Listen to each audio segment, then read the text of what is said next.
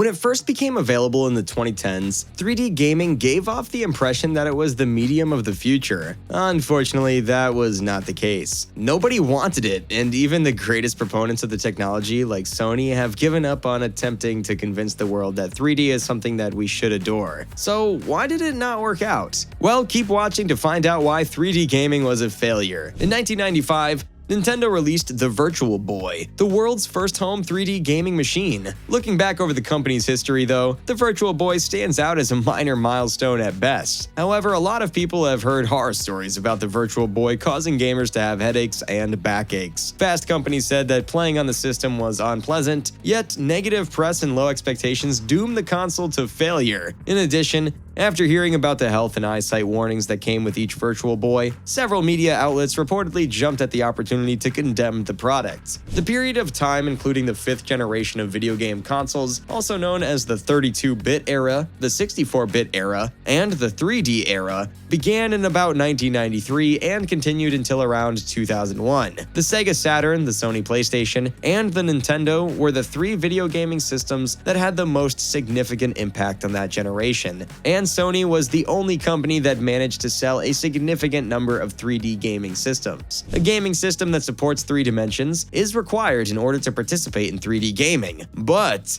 in order to play games in 3D on a console, you'll need a television that is compatible of producing more complicated visuals. Even though glasses-free 3D televisions were becoming more widely accessible and popular, manufacturers were unable to meet their sales targets due to the high price point of these products. And since the process of optimizing TVs for 3D viewing was time-consuming and expensive, 3D-capable televisions were out of reach for the typical consumer. Thus, many gamers were unable to purchase a television that is capable of rendering images in 3D since the consoles, such as the PS3, that offered 3D gaming choices required it. However, the Nintendo 3DS comes with a built-in option to make games 3D, which eliminates the need for additional peripheral equipment. Despite the fact that the 3DS was somewhat successful in comparison to console games that needed specialized hardware, the pricing point for the 3DS was still much higher than that of several other gaming systems. Chris Kohler argued in an opinion piece that even when Nintendo lowered the price of the 3DS by $80, the console was still too pricey to be considered a viable option for consumers. In the end, Kohler came to the conclusion that the low price of the Nintendo 3DS Portable, along with the fact that its games in the online store are pricey, makes it less appealing to many players. One of the factors that make it more difficult to assess is the level of enjoyment experienced by gamers. It's likely that viewers just didn't want the choice to play games in 3D or didn't utilize them when it was available to them. One player-to-player conversation that took place online described a variety of complaints about 3D gaming, one of which was a lack of enthusiasm for 3D alternatives. It's probable that many players just didn't want to become involved in 3D gaming because its own distinct subgenre in the gaming community. In addition, when it was reported that several users of the Nintendo 3DS had severe headaches and nausea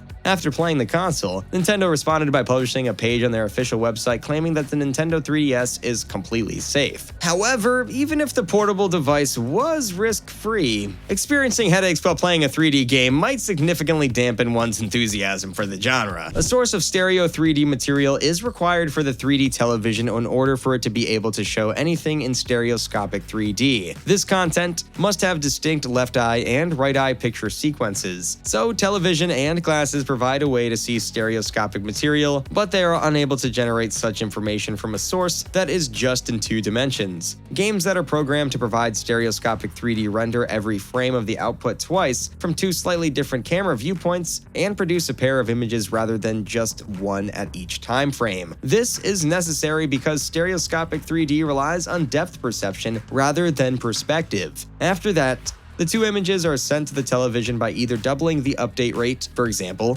the game may render at 30 frames per second, but the television may be fed 60 frames per second alternating left and right images, or by having the image revolution in order to pack 2 images into the space that would normally be occupied by just one. In addition, a video game that was not developed from the ground up to provide 3D output cannot have its mode changed to 3D, and it will not generate the stereoscopic picture pairs required for display display on a 3D television set. Although the Nintendo 3DS did not achieve the kind of popularity that Nintendo had hoped for, the system did have a few franchises that are deserving of a comeback on the Switch. While Sony has continued to offer 3D titles in its portfolio, the company has shifted focus mostly to virtual reality rather than more conventional forms of 3D, and the manner in which its most recent platform supports VR is, well, different. The trend of playing video games in 3D has, at least for the time being, all but disappeared. It's possible that 3D gaming may never fully go away. After all, 3D games had already been around for decades when Nintendo, Sony, and a number of other game makers started experimenting with 3D technology. Thus,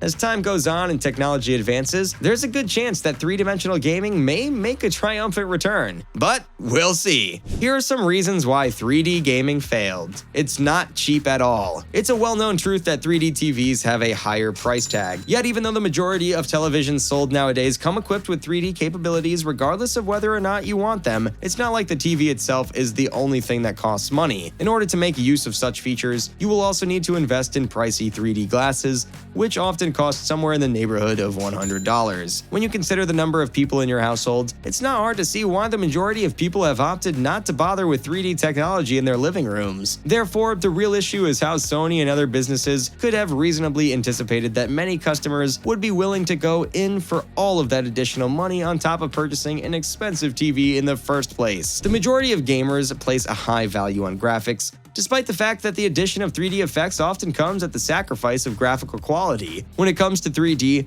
resolution and frame rate are often compromised. As a result, games tend to seem poorer even for players who are able to observe the 3D effects and who do not experience motion sickness, migraines, or eye strain as a result of seeing them. The fact that gamers have shown little interest in 3D gaming is perhaps the most important factor in the industry's failure. Sony made an effort to make it happen, but they were not successful. Ocarina of Time, Super Mario 3D Land, and the newest Luigi's Mansion game are just some of the first-party Nintendo titles that have contributed to the continued success of the Nintendo 3DS. Although the glass-free 3D technology contributed to the 3DS's commercial success, the console's continued viability is primarily due to the first-party Nintendo games. But we, the people, were never deceived into believing that we genuinely need 3D technology, regardless of the number of times that we were informed that it's the next big thing in the industry. Thanks for watching this video. Click the subscribe button and see you in the following video.